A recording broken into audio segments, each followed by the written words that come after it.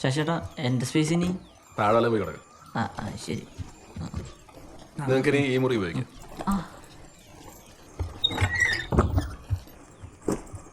പിന്നെ വീട് വിട്ട് അധികം പുറത്തിറങ്ങണ്ട. പിന്നെ ജനലും വാതിലൊന്നും തുറക്കാനും നിൽക്കണ്ട. ഇവിടുത്തെ അവസ്ഥയൊക്കെ മനസ്സിലായി കാണുമല്ലോ. എന്താവശ്യം ഉണ്ടെങ്കിലും എന്നോട് പറഞ്ഞാൽ മതി. നമ്മളെ കാരണം നിങ്ങൾക്ക് യാതൊരു ബുദ്ധിമുട്ടും ഉണ്ടാവില്ല.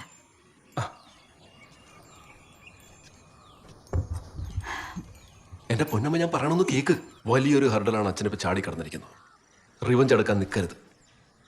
അല്ലെങ്കിൽ നമ്മളൊക്കെ പ്രശ്നക്കാരെന്നുള്ള ധാരണയിലാണ് അവരിങ്ങോട്ട് വന്നിട്ടുള്ളൂ. അതങ്ങനെ അല്ലാന്ന് മനസ്സിലായി കഴിഞ്ഞാൽ അവരങ്ങ് പൊക്കോളും. അതുവരെ എല്ലാവരും ഒന്ന് അടങ്ങ്. പിന്നെ വേറൊരു കാര്യം, ഇനി നാട്ടുകാർ മാത്രമല്ല ബന്ധുക്കൾ പോലും ഈ കോമ്പൗണ്ടിൽ വരാതെ നമ്മൾ സൂക്ഷിക്കണം. ശശിയേട്ടാ, ഒരാളെ വിളിക്കേണ്ടി വരും.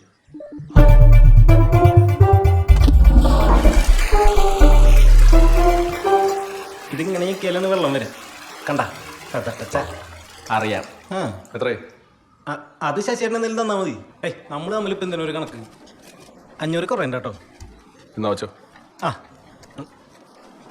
അപ്പോൾ യൂറോപ്യൻ ക്ലോസ്റ്റൊക്കെ ആയ സ്ഥിതിക്ക് ഇനി പാവങ്ങളെ കണ്ടാൽ മിണ്ടോ? പോടാ. അശോകേട്ടൻ ഇവിടുത്തെ റൂം അല്ല അല്ലേ? അടുക്കളയിൽ സിങ്ക്. നാളെ ഇരിക്കാലെ കൊടലാണ് പണി. അപ്പൊ എല്ലാം കൂടെ തീർത്തിട്ട് പോകാന്ന് ചോദിച്ചു. വരണേ. ഇവിടെ ആവശ്യമില്ല.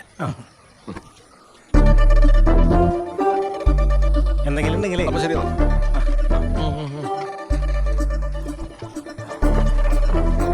അപ്പൊ ശരിയെന്നാ. ബൈ. ബൈ.